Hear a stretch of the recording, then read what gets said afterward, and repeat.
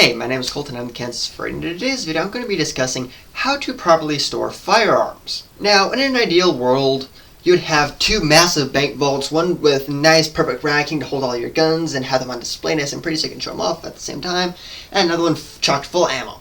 However, we don't live in an ideal world. I don't have infinite funds. You probably don't have infinite funds either. So, you also probably don't have space for a bank vault. I know I don't. So, let's talk about alternatives. Now, the best option is a gun safe. However, gun safes have many problems such as rust, as them being sealed can produce rust. The other big problem I've seen is that they don't actually hold as many guns as advertised, and if you have a high quantity of firearms, like myself, that gets problematic. So we're going to be talking about alternatives to the ideal, because we don't live in an ideal world, and let's talk about how to work around reality. So, first thing you can do, gun locks. Bare minimum. Most guns come with them. Heck, you can throw them on a keychain. Throw your keys on a keychain, throw them in your pocket. Keep your keys with you. That way someone can easily access it. And they aren't hard to use either. So you use them correctly, which I actually am not because I'm not here. Yeah, if you use them properly, they work great. Just you have to put modicum of effort into using them, not like a complete dumbass. They're locked. Check. Hey, what do you know? It's locked up. It is secure. Now, let's say your dumbass cousin, which decides to drop by, decides that they want to kill themselves. Congratulations. They can't because there's a metal cord running through the gun, or they want to go commit a mass shooting. Again, metal cord, gun inoperable. That is the entire premise of this video. Keep your guns so that people can't use them to do bad shit. Because guns belong in the hands of law-abiding citizens. And that's where they should be secured and kept. But another option, let's say you have a high quantity of firearms, and maybe you bought a gun second-hand or third-hand even, and it didn't come with a lock, or it's an older gun. Or, for example, a gun like this. Just to clarify, it is clear, but, ow, fuck. Anyway, so, gun like this. Can't really put a gun lock on it, except maybe a trigger lock, but it has two triggers, so that can be complicated, as well as trigger locks are woefully inadequate in my mind, because a paperclip can unlock. Yeah. So let's go with other options. So first up, you have gun cases. You can get a nice gun case, which will keep it out nice, keep it nice and protected. Buy silica packets, so you avoid any water, moisture issues, and then buy a padlock, because at least my gun cases all have a spot for a padlock. I'm pretty sure that's a design feature nowadays. But let's say you don't want to do that. Let's say you want to keep your guns on display. Because, I think guns are pretty. I do. I think they have a visual appeal to them, in my personal opinion. And I like to show them off. I like to be able to show them off to people. So, how do we do that? Well, you could buy a nice display case, nice locking display case. But again, expensive. If I could afford to do that, I would. I also don't have the space to do that. Otherwise, I would.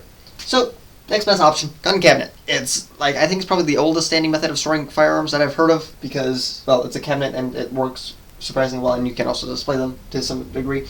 And usually they have separate drawers for ammunition storage so that your guns and ammo are separate, which is a nice bonus. But let's demonstrate this. So, this is a very old gun cabinet, but lock that shut. My SKS doesn't really like fitting in a gun cabinet, but I fit in there anyway because congratulations. As a gun owner, it is my responsibility to ensure that my firearms are properly stored. I'm going to pull out our keys.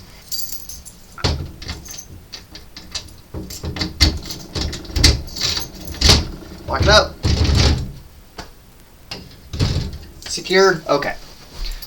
Drop them in your pockets, so that way, someone can't just walk up and grab the keys and unlock it, which defeats the entire purpose of a lock. But now, for instance, last weekend my cousins came over and they saw, they live out of state, but they visited for my graduation. I don't know them all that well anymore. So, well, I'm pretty sure they're relatively stable. They also have small children, so better safe than sorry. This was the scene of my gun area. My pistol, laying out, it actually had 40 rounds loaded next to it, but it was locked up because it does not matter how much ammo you have next to a gun. If you can't stick the magazine in, it won't fire. Or if you can't stick a bullet in, I should say, it will not fire. Because guess what? It's not going to fire. At all. So, no real worries. Again, gun cabinet, locked up, secured.